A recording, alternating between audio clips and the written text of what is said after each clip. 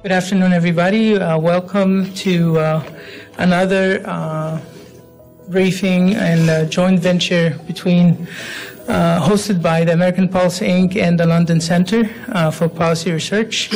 First of all, I would like to thank everybody that showed up on time. I apologize for the little delay, and I apologize for changing the room 2 days ago. I would like to thank the panelists, Senator Ted Black, Dick Black, Michael Waller, James Dean, and Bill Jones. Before I start, I would like to seize the moment in memory of a dear friend and a good man that I honored, and I was honored to be called his adopted son, Herb London, that passed away a few months back. This man was very, very patriotic. He loved his country. He worked so hard for the U.S. He tried his best to build bridges between the U.S. and other foreign policy makers through the London Center.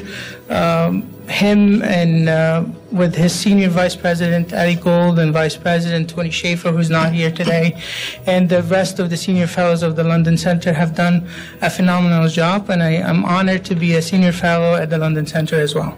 I would like to give a little background about what we're doing today. Today it's about the American-Egyptian Strategic Partnership. 4 years ago, American Pulse Inc., which is a PR company and a TV network, which I'm a CEO of, we started a series of conferences and symposiums called United We Stand, and we started those to fight terrorism. We talked about how to combat terrorism, the ideology of the terrorism, and how to really deal with it, especially where I'm coming from, where I was born and raised in Egypt, and the last 3-4 years in the Middle East had shown a lot of changes in the map of the Middle East and what's happening there. Thank God, I think terrorism for the most part is a lot more under control than it was 4, 5, 6 years ago. And if you remember, I always said in Egypt, I used to wake up every day, check the news. Almost every other day I would hear that there's a terrorist attack on the military, on the army, on the police officers, this, that. I think there's a lot of good control on that matter.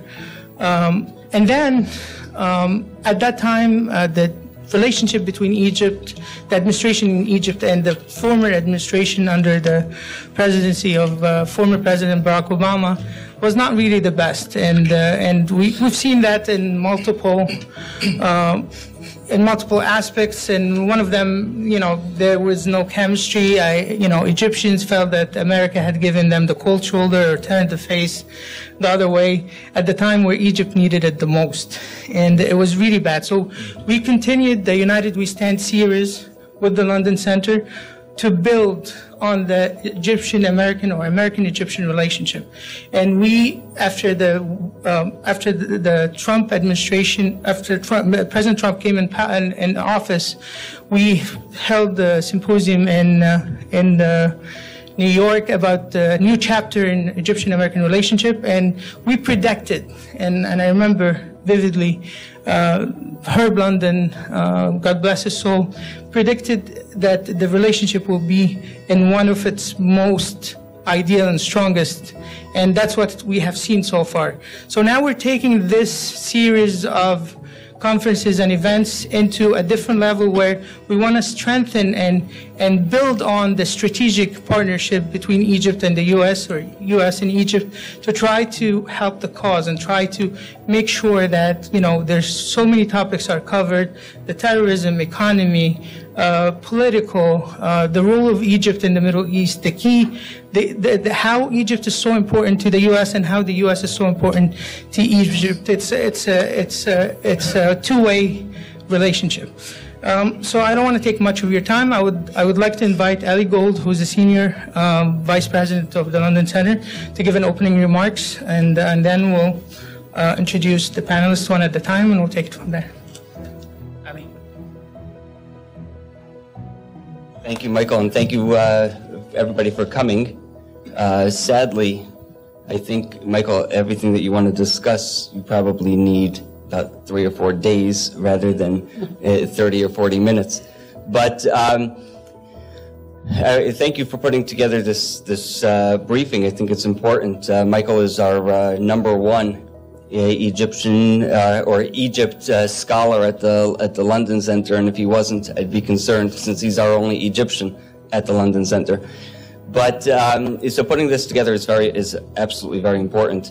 There's a couple of things that we really need to be focused on in this discussion, and sadly, I have a long-standing commitment at 1 o'clock, so I'm going to have to leave early. But I know I'll get the recording afterwards to watch it in its entirety.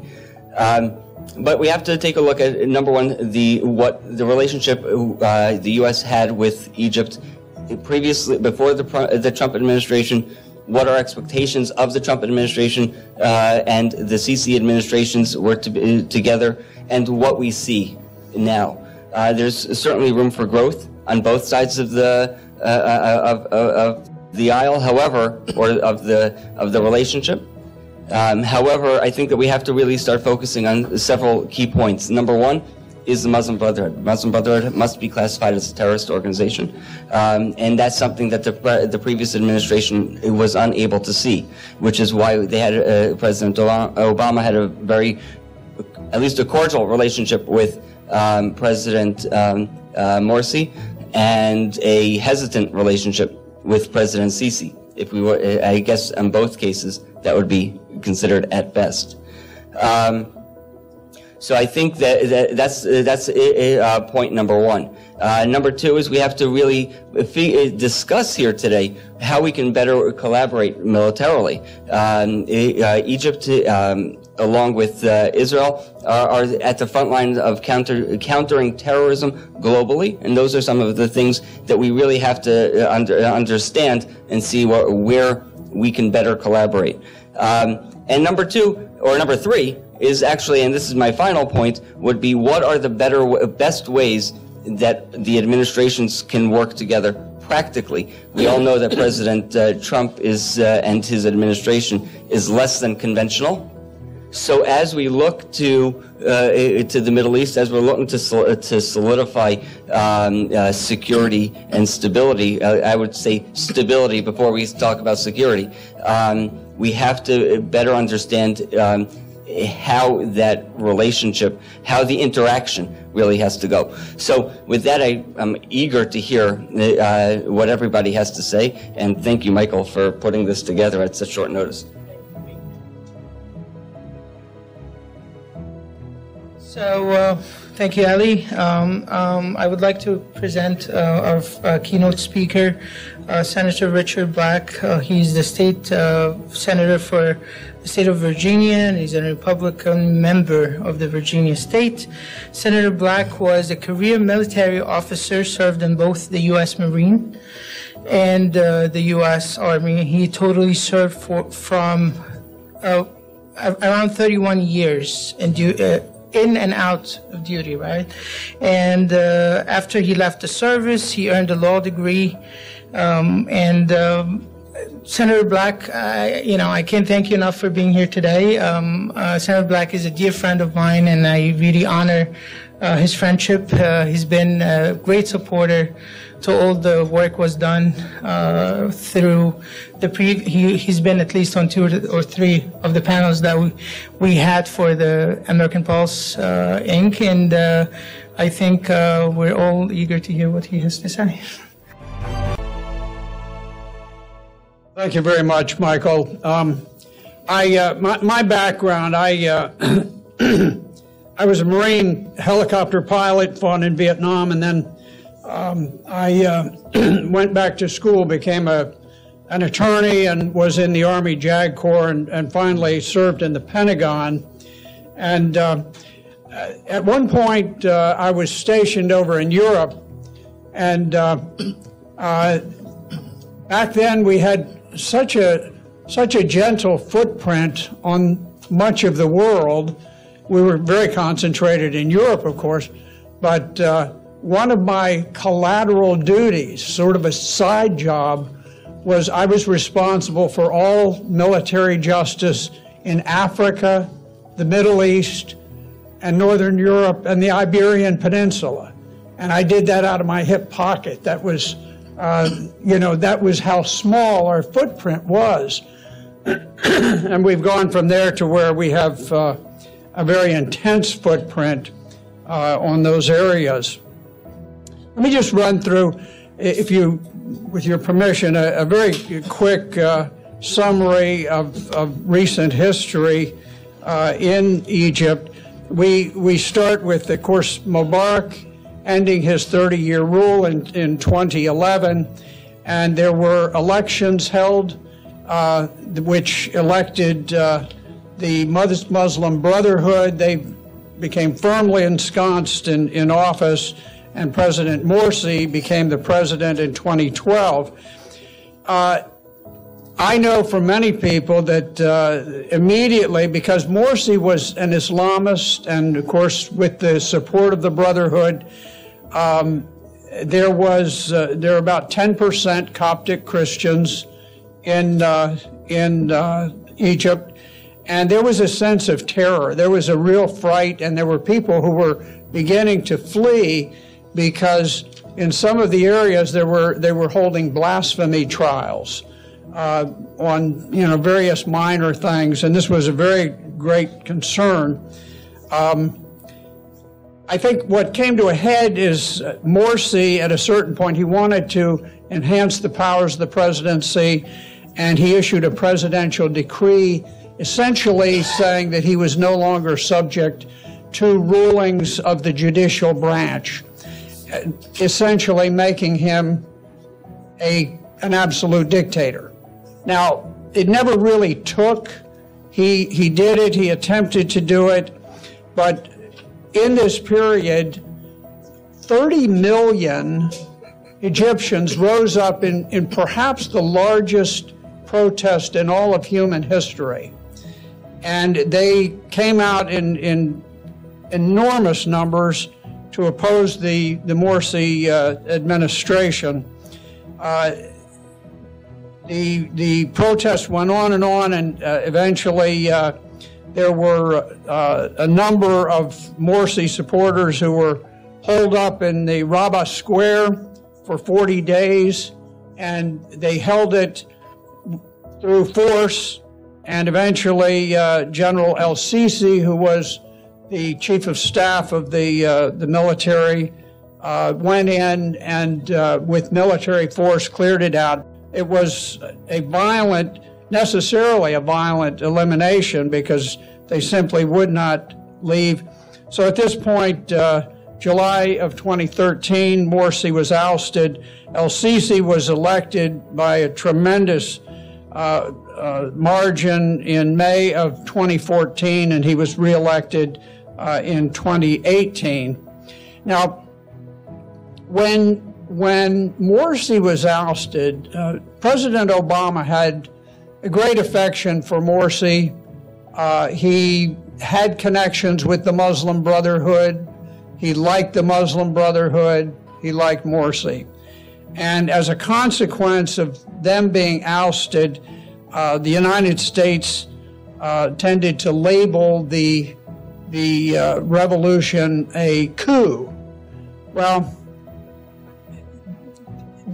when 30 million people take to the streets and say it's time for you to be gone, that is not a coup. 30 million people tell you it's time to leave.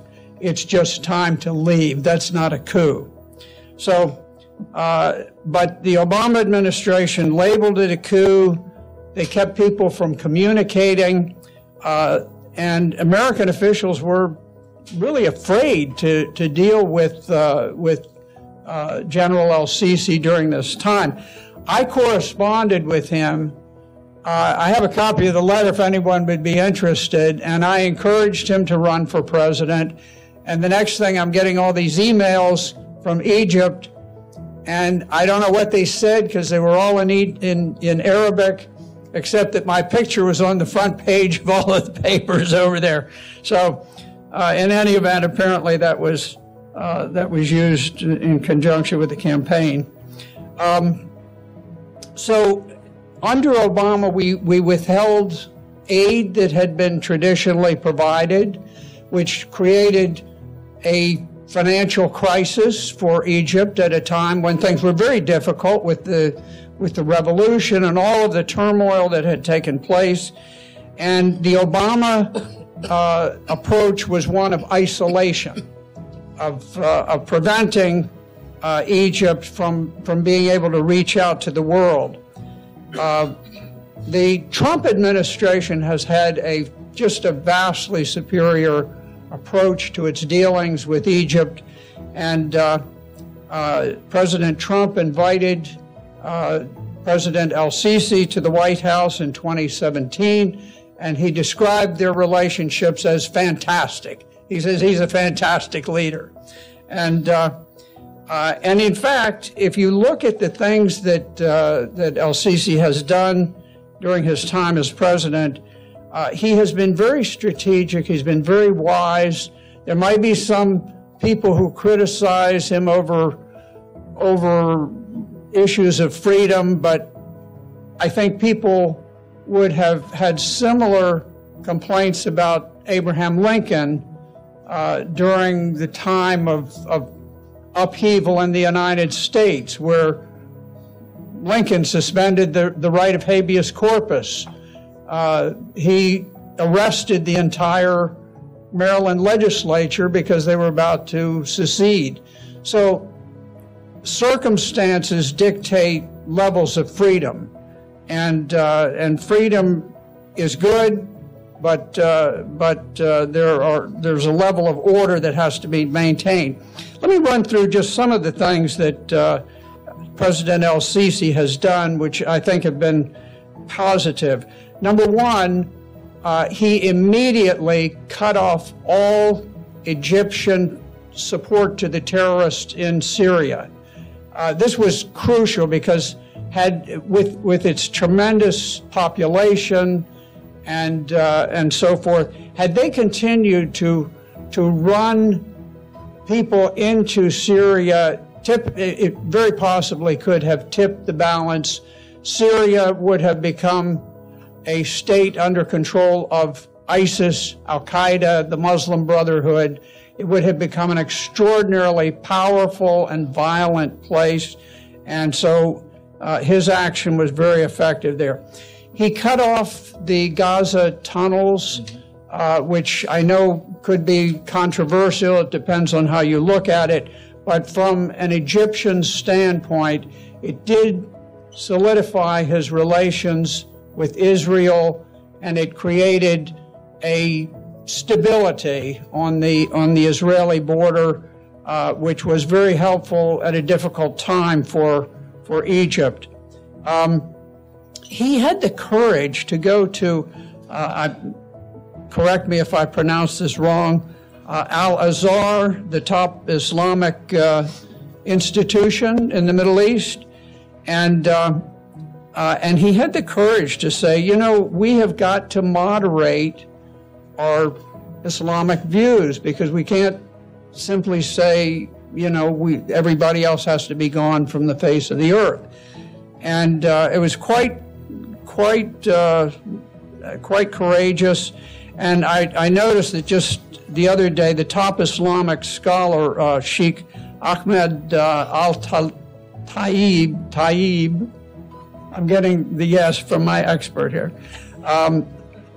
He is the senior scholar in the Islamic world, and he made some comments that polygamy was unjust. Now, that is people could put that in different terms, but basically he said that polygamy could be very unfair to women. He didn't forbid it, but anyway, this is the type of move forward that I think stems from President el-Sisi's views. One of the things he did is he cracked down quite harshly on the Muslim Brotherhood, which is something that, in my correspondence with him, I recommended that he do. The Muslim Brotherhood, while it has a very benign face in some places, it is the heart of violent revolution, violent Islamic revolution throughout the Arab world, and a great danger. Even Saudi Arabia has declared them a terrorist organization, but unfortunately the United States, I think owing to the Obama administration's position, has not done this. Egypt has worked with Russia. Russia is going to build their first nuclear power plant. And President el-Sisi, he took severe austerity measures, which were very hard on the economy and the people, but they have revived the economy to the point where now the International Monetary Fund is predicting a 5.8% growth rate in the coming year. Now, he has sort of balanced the U.S., Russia, and China in terms of weapons procurement and some economic things. Not always a bad thing to do, to have a little bit of competition. And I say that from the Egyptian point of view. I think that could be a good thing. Egypt is on the verge of rather monumental constitutional changes, which will extend President el-Sisi's term in office, subject to elections and so forth, out to the year 2034. So he's been criticized for that, but it looks as though it will go to a referendum of the people. The economy is extremely important to President el-Sisi. He wants to see the people, the ordinary people, lifted up at this point. One of the things that I did not mention, President el-Sisi doubled the width of the Suez Canal, and he did it in roughly a year's period. What it did is it permitted the two-way traffic, simultaneous two-way traffic on the Suez Canal. Previously, you'd go one way, you'd stop the canal, and then you'd go in the opposite direction. So this was something of enormous importance, and particularly where you're competing with improved waterways such as the Panamax capable Panama Canal and things like that. This was great, and the way he did it was wonderful, because he said all of the bonds issued to fund the Suez Canal would be purchased only by Egyptians, and not by expatriates, but Egyptians who live in Egypt. And this is a kind of a sort of populism that I think reinforces his strength with the people. Something else he's done, I mean, he's definitely a big thinker, no matter what else you can say.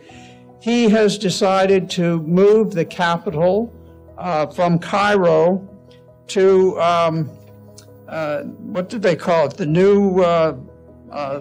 new administrative capital, which is outside of Cairo.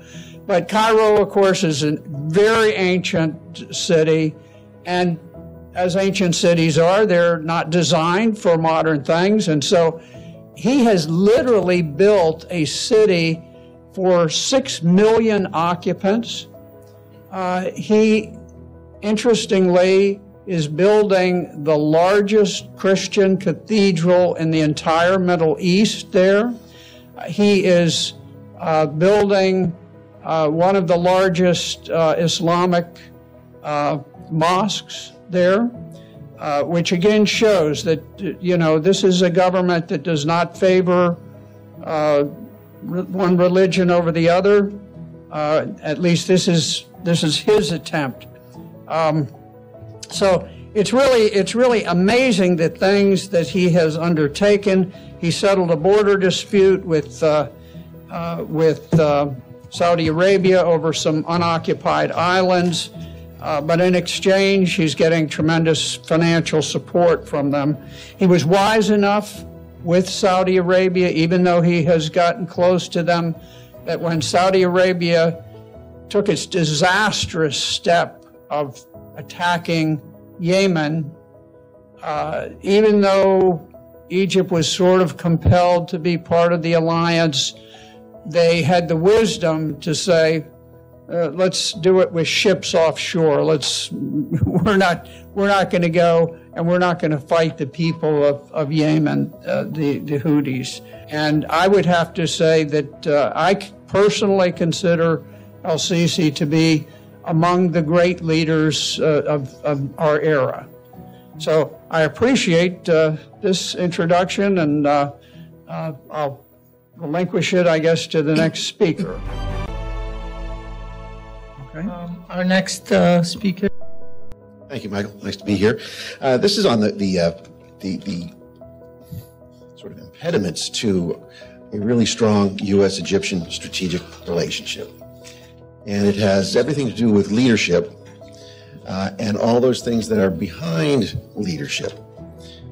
We look at the real new complications with U.S.-Egyptian relations, and we find them in a still classified Presidential Study Directive 11 that President Obama issued in 2010, which was the strategic rationale for United States alliance with the Muslim Brotherhood to bring about change in the Middle East and elsewhere around the world.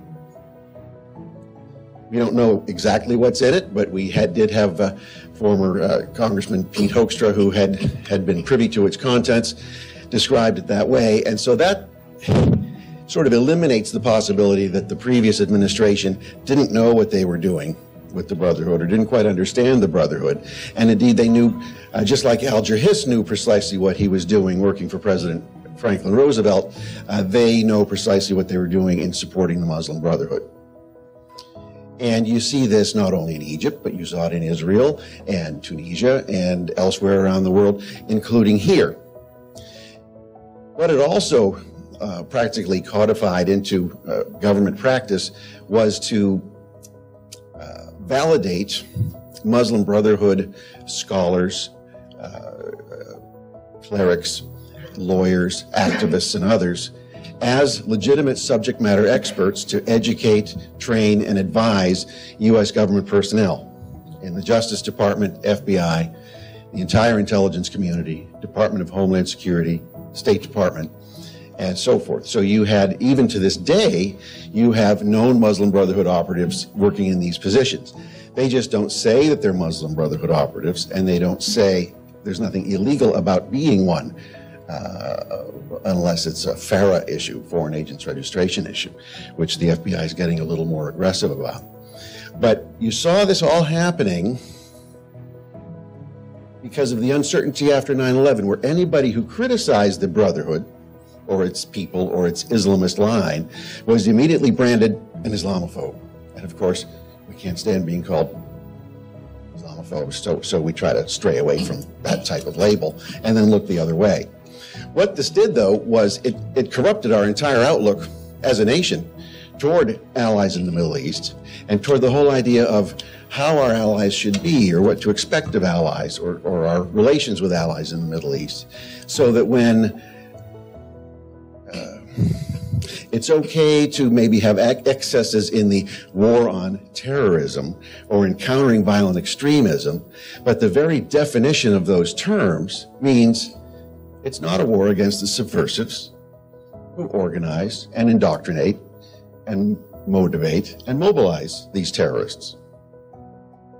And if you also look at the strategic goals of Al-Qaeda or ISIS, Daesh, they're the identical goals with the Muslim Brotherhood. That is to install a global caliphate, totalitarian caliphate, theocracy on all of mankind, which means overthrow our own constitution and our constitutional way of life. So this is a threat to us as much as it's a threat to places like Egypt. So when they masquerade, or not even masquerade, when they practice as democratic movements, then they seize power and, like Morsi did, start to consolidate a personal totalitarian dictatorship when one overthrows them, one is automatically anathematized as being anti-democratic. And this is something that our foreign policy establishment has yet to accept, and even people in President Trump's camp have yet to understand. Now, this gets to larger state-to-state competition in the region. The Muslim Brotherhood can't exist as a strong force without state sponsorship. It did exist without state sponsorship, based in Egypt, under very tight controls for decades. But now it's flourishing on state support from Qatar. It is friendly toward the Islamic Republic of Iran, and it's receiving state sponsorship from Turkey under the present Erdogan regime. So it's becoming stronger even as we defeat violent terrorists and even destroy ISIS-Daesh, geographically anyway.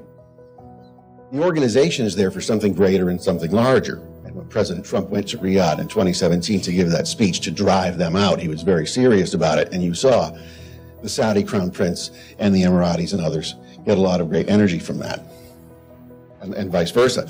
So you have this paradox now with places like Qatar, chief sponsor of terrorism in the region and the chief sponsor of the Muslim Brotherhood in the region. This is the Emir himself. We choose as Americans, not by and large, not to look at it because Qatar's being so generous to us by letting us use their Al Udeid air base as a major center of operations for CENTCOM in fighting terrorism. And once in a while it'll send aircraft alongside ours to go bomb some mutually unacceptable targets. So we're in this paradox right now. We have other friends in the region can't quite get their act together, even though they have the financial wherewithal to do so, can't really see their way through to fight this common enemy that all of us have. But one of the great impediments for the even longer term for us, for the U.S.-Egyptian strategic relationship, is the way the Muslim Brotherhood and the wealthy Islamist princes in Saudi Arabia, the Qatar regime itself, is corrupting our own understanding of the world. You look around at the American universities, much like the Chinese Communist Party sponsors Confucius Institutes at American college campuses. You have the Qatar regime spending hundreds of millions of dollars endowing American universities, Middle East studies programs, Muslim Islamic studies programs, Arabic language programs, to the point that Qatar has given $250 million to Georgetown University alone. This is the primary university that educates our diplomats and future diplomats, our intelligence officers, our military officers, our lawyers, our judges, our other public servants, so they understand the world through this prism of this Jesuit school, sort of a Jesuit Islamism mix. It's very bizarre. But you have this at George Washington University. You have this where the head of the Middle East Studies Department there says, you cannot criticize the Muslim Brotherhood. How can you have an honest academic study of the Middle East if you can't criticize the Brotherhood? So it's a problem with congressional staff as well, with the same misunderstanding of the Brotherhood. And it's not a partisan issue. Some of the biggest recipients of Qatar cash happen to be conservative Republicans and supported to President Trump. So while we can point to the two Islamist members of Congress who were recently elected, validly so, well-trained, well-organized, they're not stupid, they know exactly what they're doing. We want to make it a partisan issue when we point at them. But you have to ask the Republican leadership here, Kevin McCarthy, why did you quash attempts in the past few years when your certain members wanted to hold hearings on the Muslim Brotherhood and you said no? We have to ask these questions. But it's uncomfortable. Is it because there's lobbying money involved? Is it because it's all very donation run? So the Republican leadership handed out chairmanships of committees and subcommittees based on how much money you raised, not whether you were the best person for the job. Until the exception of Congressman, now Governor, Ron DeSantis of Florida, who last July held a hearing that he fought for years to find the Muslim Brotherhood as a terrorist entity itself, so that the United States would indeed designate the Brotherhood as a terrorist organization, following our Arab allies like Egypt, UAE, and Saudi Arabia. And people say, well, it's not terrorist.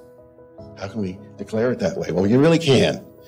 It's involved with terrorism. It backs terrorism. It's been found in a federal court to be Hamas tied in with its Holy Land Foundation trial down in Texas.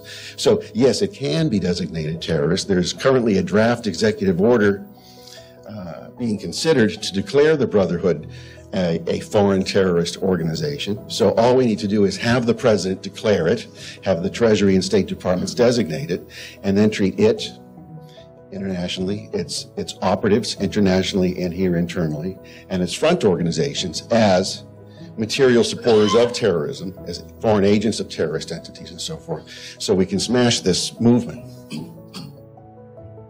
by whatever legal means we have at our disposal, and even by military means abroad. Until that's done, we can never have the strong, stable relationship with Egypt that we want to have, because we're always going to be having this force of money, knowledge, and non-knowledge, twisted knowledge, and diplomatic and other policy positions based on the Brotherhood view of the world, that we'll never be able to make decisions in this country that benefit us around the world and support our allies in the region as well. Thank you very much. And next is James Dean. And James manages the international foundation. Dean works with officials from allied and partner countries around the world to advance the principles of free enterprise. If you don't mind, could I speak for Not you? at all. I have my one knee is giving me a little trouble, but yeah. So my name is James We'll Dean. take a look at it after. I'm in the medical field by profession, so Okay. we'll take a look at it. So yeah, my name is James Dean. Not related to the famous actor. I get a lot of questions about that. My grandfather was named James Dean, but he was from Minnesota, and he was just a mechanic. So. By background, I used to work in the U.S. Senate. My first senator was Senator Hank Brown of Colorado. He was on the Foreign Relations Committee. And then I worked with another senator from Colorado, Ben Nighthorse Campbell. And he was on appropriations, and I handled approps for him for many years, and defense and foreign policy. A little bit of American perspectives in the background of the Middle East and Egypt. After the American Revolution, we did not have an active Navy. During President Washington, we said we didn't want to. We wanted to do free trade around the world, and we wanted to do foreign policy, but we didn't have a Navy. And the Brits were attacking our merchant ships because they were mad at us because we won the American Revolution. The French were attacking our merchant ships because they were upset that we had not sided with the French after the American Revolution when they had sided with us. And then when our merchant ships were going to the Middle East, they were being attacked by Barbary pirates. So in 1794, I have a typo in my notes here. In 1794, the United States Congress passed a Navy Act. And this Navy Act built our first purpose-built frigates. We built 6 frigates. The last one that's floating is the USS Constitution that's up near Boston. But we built 6. And we decided that we were going to start fighting back. One of the things that was happening to our merchant ships in the Mediterranean is Barbary pirates, I guess as they were called at the time, from Algiers, Tunis, and Libya were attacking our merchant ships in the Med. They were bringing the ships in. They were taking the sailors, the merchant sailors. These were not Navy sailors. These were merchant sailors, and enslaving them. And then many of them were worked to death paving streets. And then the U.S. government would send over envoys and pay bribes to get them back. And then they would attack the next ship.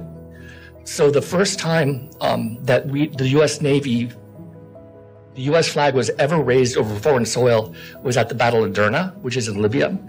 And 8 Marines, U.S. Marines, came ashore in Alexandria.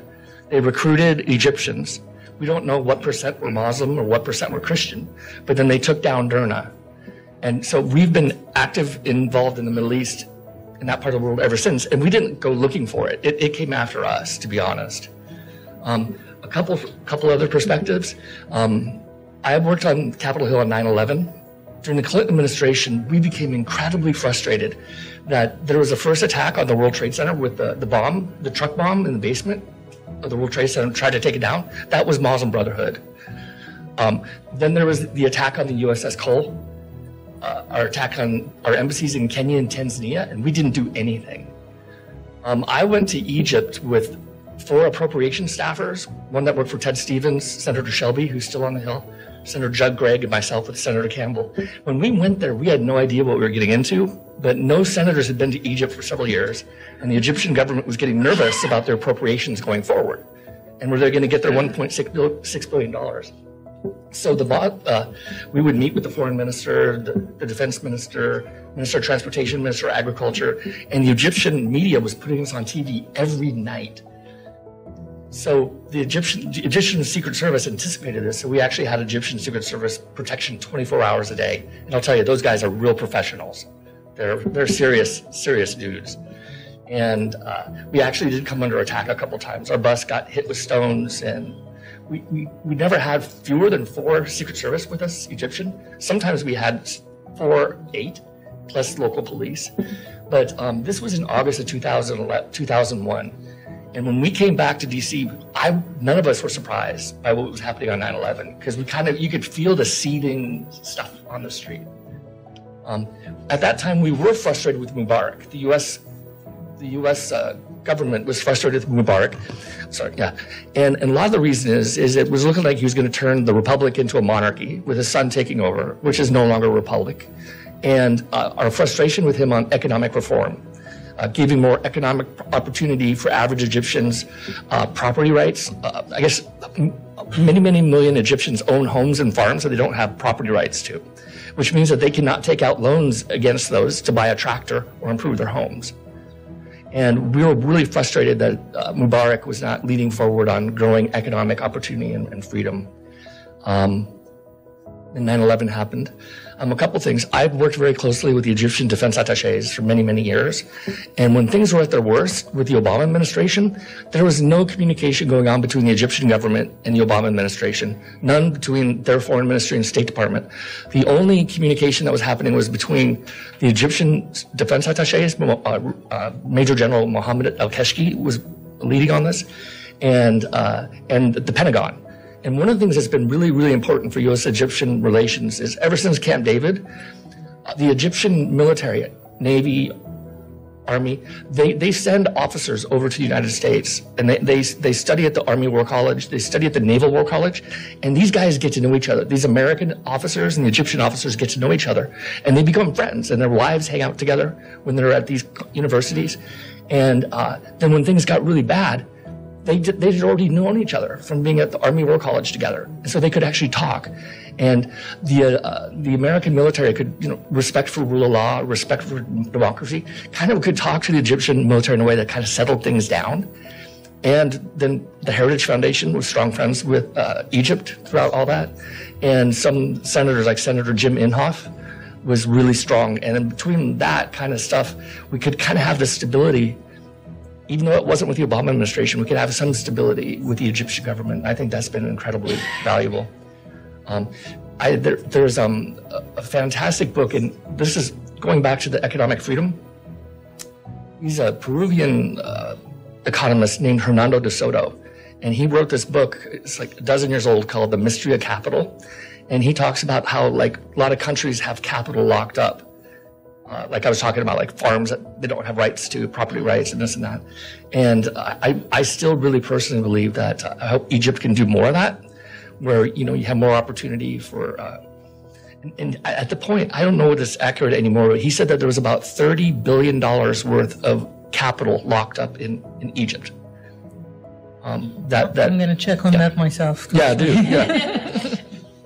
So he's this great Peruvian economist, Hernando de Soto. So that's all I have to say on this.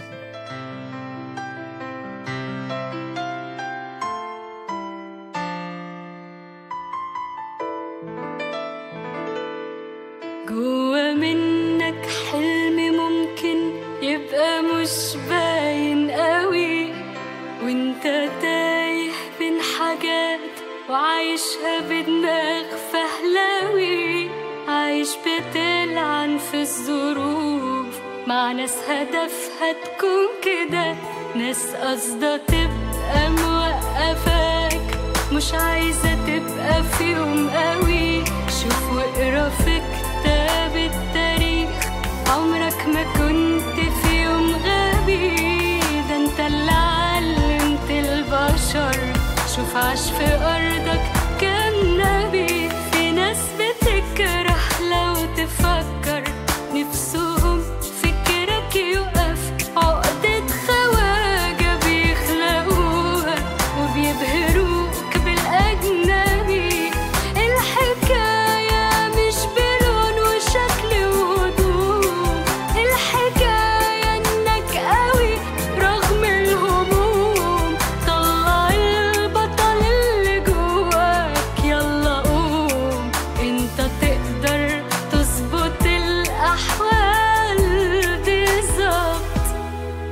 هنشيل بلدنا على كتافنا، مش هنسيبها ومش هنضيعها، ومش هنخلي حد يقدر يضيعها.